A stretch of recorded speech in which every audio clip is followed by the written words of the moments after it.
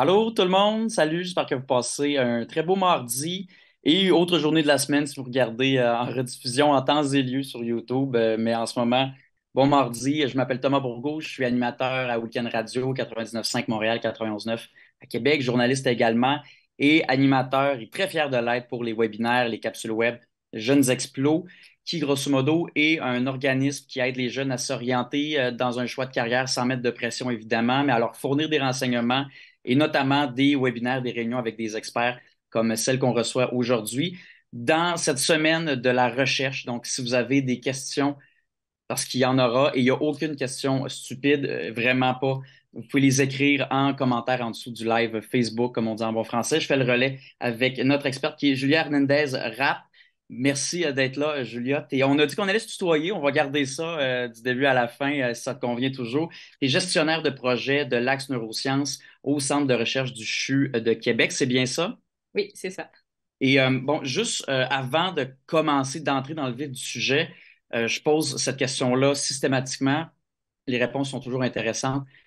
Mais pourquoi toi, Julia, c'était important de participer au webinaire d'aujourd'hui? Pourquoi tu tenais à t'adresser aux jeunes qui nous regardent en ce moment?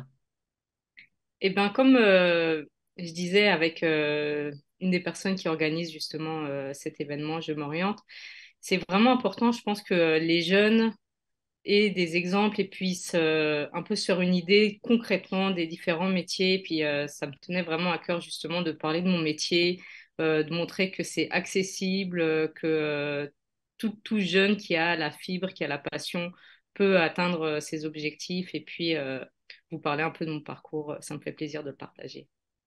Et toi qui es Julia, mais aussi gestionnaire de projet, tu sais, il y a le volet professionnel, le volet personnel. Mais bon, tu sais, parce que chaque dictionnaire, on peut aller sur Google puis marquer gestionnaire de projet, on peut marquer axe neurosciences. Moi, je veux savoir, premièrement, en deux volets, là, gestionnaire de projet dans tes mots. Qu'est-ce que tu fais? Ça consiste en quoi? Puis ensuite, c'est quoi l'axe neurosciences exactement? C'est quoi cette branche-là? Fait que peut-être commencer par ton poste de gestionnaire. Dans tes mots, tu dirais que c'est quoi ce rôle-ci? Tu fais quoi comme tâche? Bah, c'est une bonne question parce que vraiment, gestionnaire de projet, c'est quand je le dis aux personnes, ça veut un peu tout et rien dire. On le retrouve dans tous les milieux professionnels, mais là, en recherche, c'est vraiment, de manière très vulgarisée, je fais le ciment entre toutes les entités qu'il y a dans un grand centre de recherche. Donc, il va y avoir la direction, les étudiants, les professionnels, le service administratif. Et moi, je vais être là à faire un peu le lien entre tout le monde, à faire les ponts de communication et à mettre en lien différents chercheurs, différents étudiants pour permettre que toute cette machinerie du centre de recherche puisse fonctionner.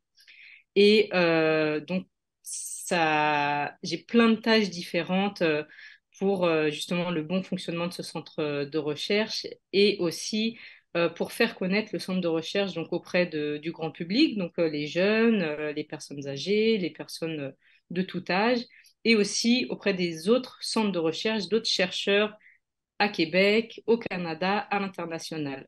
Ça, on va appeler ça le rayonnement du centre de recherche. Donc, c'est Et quoi un centre de recherche? Ouais, quand on dit vas-y. neurosciences, c'est l'axe neurosciences exactement, parce que j'imagine que c'est le domaine dans lequel tu agis comme gestionnaire de projet, mais plus encore, c'est axe neurosciences. Tu sais, on dirait que c'est des mots que je connais, mais je pourrais même pas te dire la définition. C'est quoi dans tes mots, encore une fois? Alors, moi, j'ai parlé de centre de recherche. Donc, moi, je travaille au centre de recherche du CHU de Québec. Donc, le CHU de Québec, c'est 5 hôpitaux qui sont répartis sur la ville de Québec. Et dans tous ces hôpitaux, il y a de la recherche qui se fait pour de la recherche en santé, pour adresser des questions de santé, pour soigner les personnes. Et bah, il va y avoir des maladies qui vont toucher le cerveau, tout le système périphérique aussi, donc les muscles, le système neuromusculaire. Et donc, l'axe neurosciences, donc c'est comme l'unité de recherche qui regroupe une trentaine de chercheurs en fondamentale, une trentaine de chercheurs cliniciens qui, eux tous, travaillent sur les maladies reliées au cerveau ou au système neuromusculaire dans le centre de recherche du CHU de Québec. Donc, c'est ça, c'est vraiment toute la recherche qui va se faire en neurosciences dans ce centre de recherche. Donc, c'est pour ça. Axe, c'est un nom comme ça, mais Donc, c'est un domaine, j'imagine, qui est assez vaste, gestionnaire de recherche, c'est un emploi qu'on peut mettre à vraiment tous les domaines, par contre, à toutes les sauces. Mais toi, une journée typique, Julia, dans ton emploi au Centre de recherche du Québec, ou une semaine, un mois typique, tiens, peu importe, mais ton jour à jour, comme on dit, ressemble à quoi? Bah, c'est un des gros atouts de mon métier et c'est pour ça que je l'aime beaucoup. C'est qu'il n'y a pas de journée typique, justement. Donc, il faut avoir une très bonne organisation. Il faut réussir à s'organiser. Donc, moi, souvent, la routine, ça va être le matin, j'arrive, je prends quelques minutes pour organiser mes différentes tâches de la journée, de la semaine, pour planifier un petit peu. Un autre volet, c'est la communication se fait beaucoup par email, donc je reçois beaucoup d'emails et donc va falloir que je traite mes emails, que je priorise les réponses et c'est par là aussi que je vais recevoir différentes tâches à réaliser. Et mettons sur une semaine, sur un mois, il va y avoir plein de choses à faire. Donc, d'une part, de la communication directe entre les chercheurs, comme je vous disais, je suis un peu euh, le ciment, donc les petits réseaux de communication entre les différentes personnes qui travaillent dans un centre de recherche.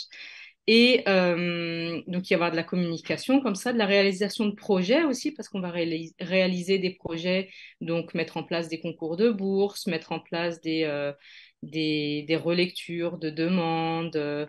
Euh, on va aussi avoir tout un programme où on va accueillir des conférenciers et conférencières qui viennent d'autres centres de recherche, donc d'autres chercheuses et chercheurs qui viennent soit du Canada, soit de l'international. Donc mon travail, ça va être d'aller les contacter, de faire en sorte qu'ils puissent venir, donc les réservations d'hôtels, etc. Faire en sorte qu'ils fassent une belle conférence, les recevoir. On va organiser aussi des événements pour le monde qui travaille au sein de l'Axe Neurosciences. Donc, ça va être soit des événements scientifiques et scientifico-sociaux aussi, parce qu'il faut bien avoir un peu de fun et puis apprendre à se connaître et puis pour pouvoir interagir ensuite et collaborer. Donc, c'est résumé, mais c'est vraiment vaste. C'est au niveau de mes tâches sur un jour, un mois. Et dans ces jours-ci, ces semaines-ci, ce mois-ci, tes outils de travail, Julia, moi je me doute, je vois derrière toi, on voit un calendrier, tu sais, papier, crayon, ciseaux, les stylos, c'est classique. Mais à part ça, tu te sers de quoi comme outils dans ton quotidien? Moi, j'ai peut-être ordinateur portable en tête, mais en gros, tu te sers de quoi comme outil? Ouais, c'est ça, bah, t'as bien raison, c'est justement l'ordinateur portable parce que justement je vais aussi être amenée à me déplacer, donc c'est toute ma mémoire là-dedans. Je vous ai cité les mails, donc c'est sûr que outils pour consulter les mails, peu importe lequel. Et puis traitement de texte, donc faire des présentations aussi, donc ça peut être PowerPoint ou d'autres types d'outils pour faire des présentations. Gérer aussi des tableaux Excel parce qu'on va faire des évaluations. Il y a énormément de personnel, donc il faut aussi gérer tout ce monde-là. Il y a du budget aussi à gérer, donc tout ça va se faire sur l'Excel. Donc c'est assez simple, mais aussi ce qui est très important comme outil, c'est soi parce que je vais beaucoup communiquer, je vais aller voir les gens, je vais me déplacer, je vais garder ma porte ouverte aussi pour que les personnes puissent facilement venir parler avec moi. Donc c'est ça, c'est vraiment, il y a du crayon, du papier, mais ça passe beaucoup par l'informatique, d'autant plus à l'ère actuelle. Justement, tu parles de laisser ta porte ouverte. À quel point le travail d'équipe dans ton domaine, ton emploi en l'occurrence, c'est important? C'est quoi la place du travail d'équipe? Bah, c'est essentiel. Alors, moi, je suis seule à mon poste, donc je travaille seule, mais j'ai des homologues dans les autres axes, comme on dit. Il y a l'axe neurosciences, mais il va y avoir l'axe oncologie, l'axe euh, endocrinologie, néphrologie. Bah, on est 7 dans notre centre de recherche, donc on travaille ensemble avec mes homologues, mais aussi le but, c'est de stimuler aussi les collaborations à l'interne entre les différents chercheurs. Et puis, on va avoir des comités de fonctionnement, donc différentes personnes qui vont s'impliquer pour créer des événements, pour gérer les espaces, les équipements. Donc, c'est vraiment tout seul, on ne peut pas faire tourner un centre. Et puis, bien sûr, il y a le directeur. C'est pas moi qui gère l'axe, il y a un directeur au-dessus de moi. Il y a une bonne équipe de ce que je Ouais, comprends. Puis pour ouais. arriver là où tu es en ce moment, Julia, comme gestionnaire de projet, ça ressemble à quoi ton parcours? As-tu fait des études universitaires? Est-ce que tu as été droit au but? C'est ce que tu voulais faire depuis longtemps? Ou tu sais, ton cheminement scolaire pour en arriver là ressemble à quoi? Euh, Initialement, je connaissais pas l'existence de ce type de poste et je pense que c'est des postes assez nouveaux. Moi, j'ai commencé mon parcours universitaire il y a 18 ans, donc ça fait déjà longtemps. Le monde de la recherche a évolué depuis et je pense que initialement, ces postes n'existaient pas et il n'y avait pas tout ce travail comme je m'oriente actuellement pour sensibiliser les jeunes sur les options possibles. Donc, moi, depuis toute petite, les sciences, c'est ce qui m'intéresse. J'ai toujours voulu faire ça. Donc, je suis passée par l'université, faire un bac, une maîtrise, un doctorat en sciences, en biologie, justement, biologie moléculaire et cellulaire, tout ça en France.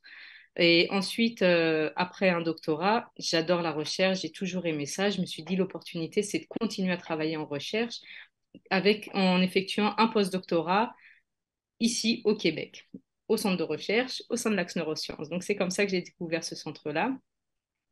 Et au cours de la troisième année de mon postdoctorat, il y a un poste de gestionnaire de projet au sein de l'Axe Neurosciences qui a été ouvert.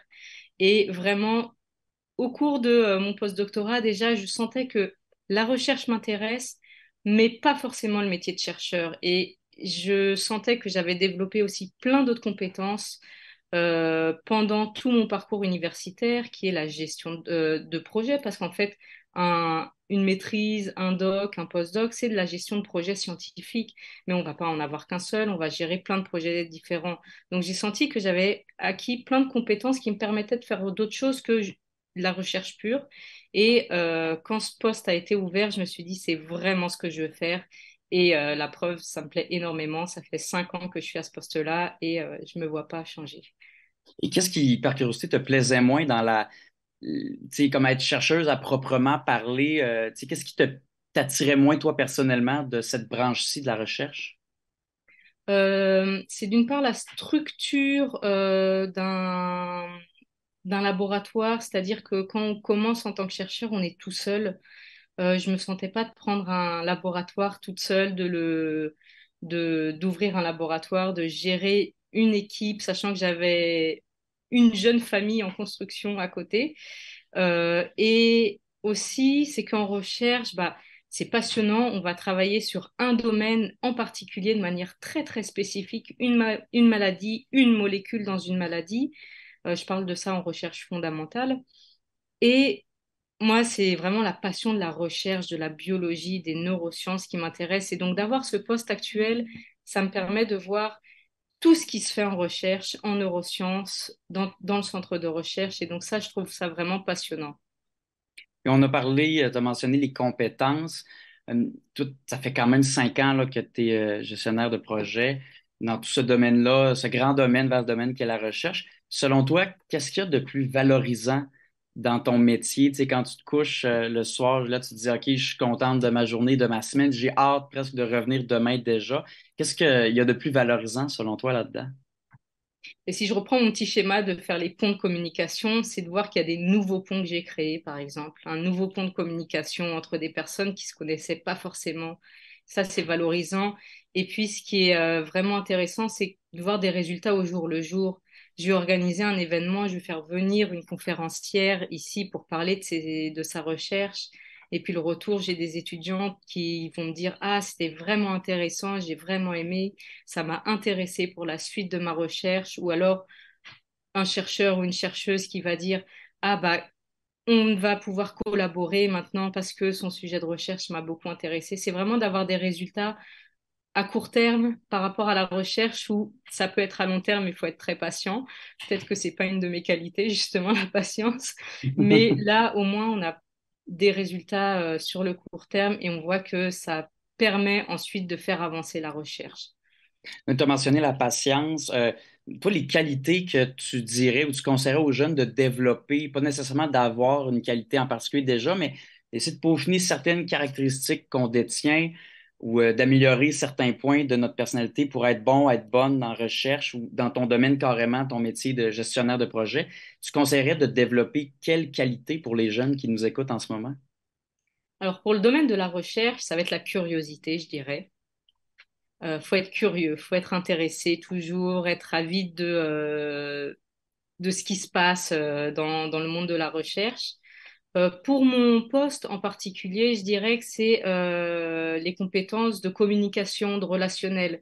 Parce que c'est ça, comme je vous disais, mon petit schéma, il faut toujours réussir à mettre en contact du monde. Donc, c'est à nous de parler au monde, de se dire, ah, tiens, telle personne pourrait bien interagir avec une autre sur tel domaine de recherche ou sur telle thématique. Donc, c'est vraiment ça. Après, côté fonctionnel, il faut être organisé. Donc, il faut réussir à mettre en place sa méthode d'organisation. Chaque personne va avoir sa méthode d'organisation, et puis elle va être évolutive, mais c'est ça, c'est le point à travailler. Et les défis dans ton domaine, ton emploi en l'occurrence, Julia, tu dirais que c'est quoi? C'est quoi les plus gros enjeux, les plus gros défis auxquels il faut faire face quand on fait de la gestion de projet? Euh, je vois pas énormément de défis, si ce n'est, on a parlé de la collaboration. Ça peut être simple, mais ça peut être difficile des fois. Ça Mhm. peut être de trouver les bons interlocuteurs, les personnes qui vont réussir à travailler ensemble. Ça peut être un défi. Un défi que je vois moi actuellement, c'est aussi de créer des liens entre la recherche fondamentale, donc c'est quand on va travailler sur des molécules de manière spécifique, et les médecins, donc les cliniciens qui travaillent dans les hôpitaux, pour faire le lien entre les patients et les découvertes qui se passent dans les laboratoires. Donc ça, c'est vraiment, et puis c'est ce qui est essentiel pour développer de nouveaux médicaments qui vont être appliqués ensuite aux patients. Donc Il y a un ça, c'est un impact grand défi. direct sur la vie de tout le monde au final, puis tu gères un peu, je ne vais pas dire leur vie carrément, mais tu fais le pont, comme tu dis, entre les personnes également. Puis à quel Ouais, moment? c'est pas moi qui gère leur vie. Ouais, c'est ça. On avait déjà assez avec le boulot, on n'ira pas dans le personnel, mais à quel moment, Julia, toi, tu as su que tu voulais aller en recherche, puis à quel moment, là, peut-être un souvenir que tu as, mais tu t'es dit, OK, je suis bien justement comme gestionnaire de projet en recherche au Québec, je reste là. Tu sais, c'est quoi le déclic qu'il y a eu dans ton parcours? Eh ben, je pense que c'est, comme je disais, je suis arrivée en post-doctorat dans ce centre de recherche et je me suis spontanément impliquée dans des tâches qui n'étaient pas forcément en lien avec ma recherche de post-doctorat, donc spécifique, qui était sur la maladie d'Alzheimer, mais plus sur le fonctionnement du centre de recherche et de l'axe neurosciences, faire vivre les séminaires étudiants, donc faire en sorte que les étudiants puissent faire des présentations. Et donc, quand j'ai vu ce poste, cet appel d'offre de poste de gestionnaire de projet quand je l'ai reçu dans ma boîte mail, le descriptif des tâches a été vraiment cohérent avec tout ce que j'ai pu faire à côté de la recherche de manière spontanée. Donc c'est ça, c'est vraiment, ça s'est fait naturellement et l'amour que j'ai pour la recherche est toujours présent et je sais que je peux toujours travailler pour le monde de la recherche, donc c'est ça qui me plaît. Tu te vois encore travailler dans ce domaine-ci pour X nombre d'années, là, tu es toujours heureuse, tu n'as pas de plan de changer de domaine éventuellement. Non, vraiment pas. Est-ce qu'on a, Julia, selon toi, des mythes, je ne vais pas dire préjugés, mais stéréotypes vis-à-vis la recherche? Tu sais, ce qu'on imagine que c'est que des gens qui travaillent seuls avec un manteau de laboratoire blanc, puis ils ne parlent pas à Des personne. cheveux comme ça. Les gros cheveux, les savants. Tu sais, c'est quoi, selon toi, là, les préjugés, les mythes qu'il y a entourant le domaine de la recherche, puis peut-être, en l'occurrence, ta job, comme on dit, comme gestionnaire de projet? Pour ma job en particulier, je sais pas, parce que c'est un métier assez nouveau, donc je pense qu'il n'y a pas encore beaucoup de mythes. Peut-être le mythe, ce serait de faire beaucoup d'administratifs, ce qui n'est pas le cas. On a des équipes, un service administratif qui s'occupe de gérer tout le côté administratif. Moi, j'ai pas un bac en administration ni rien. C'est vraiment la recherche et mes compétences en recherche qui permettent de faire ce travail que je fais actuellement. Mais un peu dans le monde de la recherche, le mythe, ça va être du savant fou, du chercheur fou, Albert Einstein avec ses cheveux tout décoiffés, le sarrau et un homme vieux. Donc, Ah c'est pas oui, le hein? cas. C'est pas le cas. Il y a beaucoup d'étudiantes. On travaille fort pour que les étudiantes veulent poursuivre pour être chercheuses également. on n'a pas atteint encore la mixité au niveau des chercheurs et chercheuses, mais on travaille fort pour que les femmes puissent atteindre ces postes-là qui sont complètement faits pour elles aussi. C'est surtout ce point-là. Mais justement, la parité homme-femme ressemble à quoi? J'ai l'impression, avec ce que tu me dis, Julia, qu'il y a de plus en plus de femmes, mais autour de toi, là, peut-être sans aller nécessairement dans des statistiques, mais ça ressemble à quoi? Du 40-60, 80-20 tu dirais, selon toi, c'est quoi le taux de parité en ce moment en recherche? Alors, les gestionnaires de projet, on n'est que des femmes, donc on manquerait d'hommes peut-être pour atteindre la parité. Au niveau des étudiants, on est plus sur du 50-50. Il y a aussi bien des étudiantes que des étudiants en maîtrise, au bac, au doc, pardon. Il y a autant de femmes que d'hommes qui font un doc, autant de femmes que d'hommes qui font un doc, oui. Les post-doctorants aussi, là, après le doctorat, on a autant de femmes, mais après, la parité au niveau des chercheurs, on serait plutôt sur du 20-80, je pense. Donc, on a besoin de femmes vraiment qui poursuivent en recherche. Et je pense qu'il faudrait aussi trouver des moyens pour allier la vie privée et le monde du travail pour permettre que les femmes puissent s'épanouir en recherche. Les femmes qui sont là, elles sont complètement épanouies, c'est certain, mais peut-être que ça peut être un frein pour d'autres. Donc, réussir à lever ce frein. Mais il y a des femmes, bien sûr, il y a des hommes.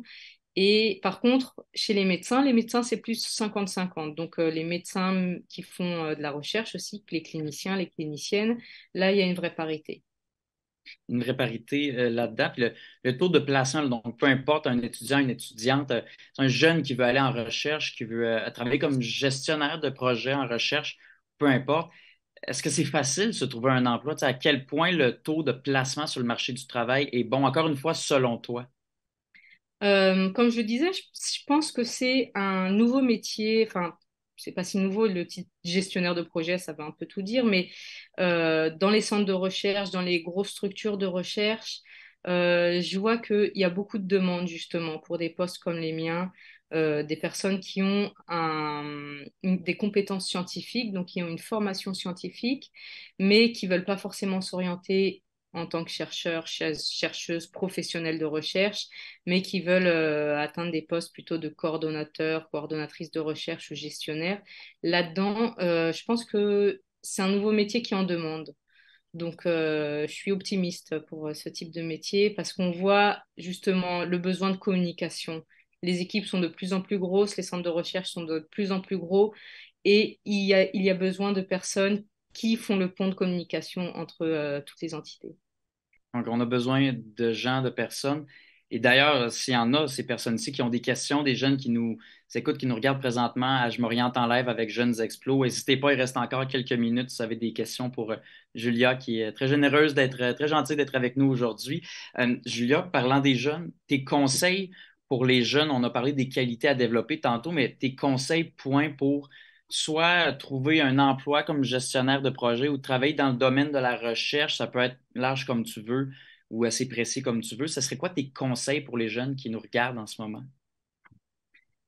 Euh, J'ai pas fait mes études ici, donc je connais un peu moins le cursus ici, mais je pense que d'avoir une concentration en sciences ou d'aller au cégep et de faire des spécialités scientifiques, peut-être même d'avoir un bac, ça permettrait ensuite de rentrer dans le monde de la recherche.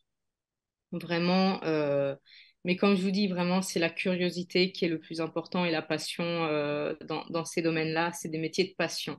Donc, c'est pas des métiers d'argent, c'est des métiers de passion, je dirais. Est-ce qu'on peut vouloir faire ce métier-là pour les mauvaises raisons? Encore une fois, selon toi, tu sais, ce serait quoi les mauvaises raisons de travailler comme gestionnaire de projet? Le salaire est peut-être un bon exemple finalement. Donc, je pense pas qu'on doit choisir un emploi pour seulement le salaire. Mais est-ce qu'on peut choisir ce métier pour les mauvaises raisons? Tu sais? Puis si oui, ce serait quoi les raisons qui, selon toi, peut-être que tu devrais aller voir ailleurs finalement? Tu seras peut-être pas heureux ou heureuse dans ce domaine-ci. Bah,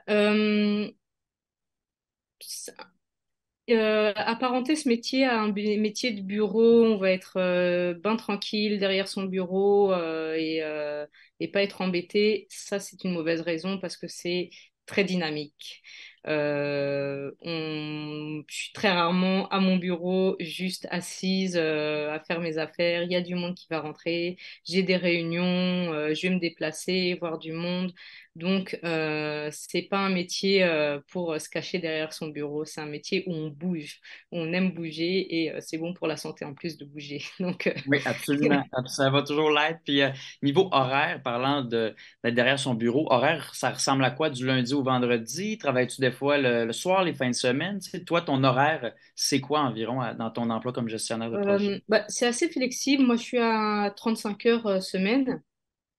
Et puis, c'est sûr que je m'oriente plus sur des horaires de bureau, donc du 8-16, du 9-17. Mais ce qui est assez agréable maintenant avec l'ère du télétravail qui est arrivée, je peux pas faire 100% de télétravail, mais je peux choisir de faire une journée ou deux en télétravail, le reste sur place. C'est possible aussi d'être un petit peu en télétravail, mais c'est important d'être sur place aussi pour voir le monde. Et puis, c'est principalement en semaine. Il peut y avoir exceptionnellement, mettons, un événement, je sais pas si je m'oriente, fait toute une journée sur un samedi où là je pourrais être présente, il n'y a pas de problème. On a organisé des journées portes ouvertes justement pour que les étudiants du bac puissent découvrir les laboratoires. On a fait ça un samedi pour permettre aux étudiants de venir. Donc c'est assez flexible. C'est un des avantages de ce travail, c'est qu'il y a une belle flexibilité. Et Julia, en terminant, parce qu'on n'a pas eu de questions, c'est encore le temps si jamais vous en avez les hands, mais vraiment, c'est déjà pratiquement terminé. Je te laisserai le mot de la fin, Julia, si tu as quelque chose peut-être à ajouter, un autre conseil ou un volet de ton domaine en recherche qu'on n'a pas couvert vraiment. Ce serait quoi ton mot de la fin finalement, si tu as quelque chose à ajouter, évidemment.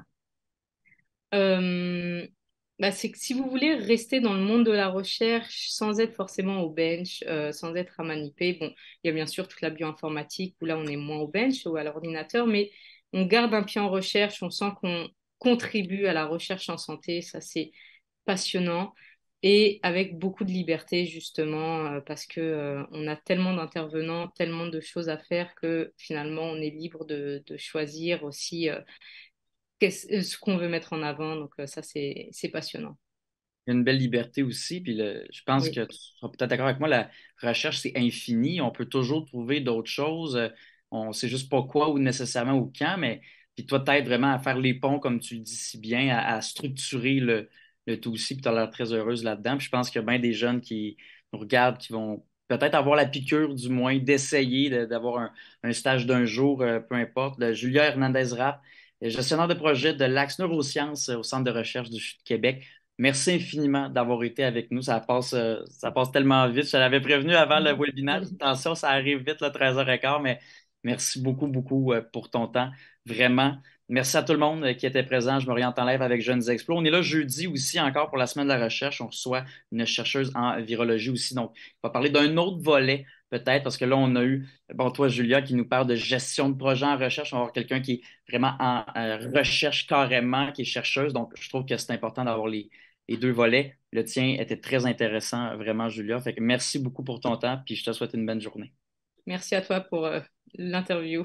Ça fait plaisir. Bye bye. Bonne journée.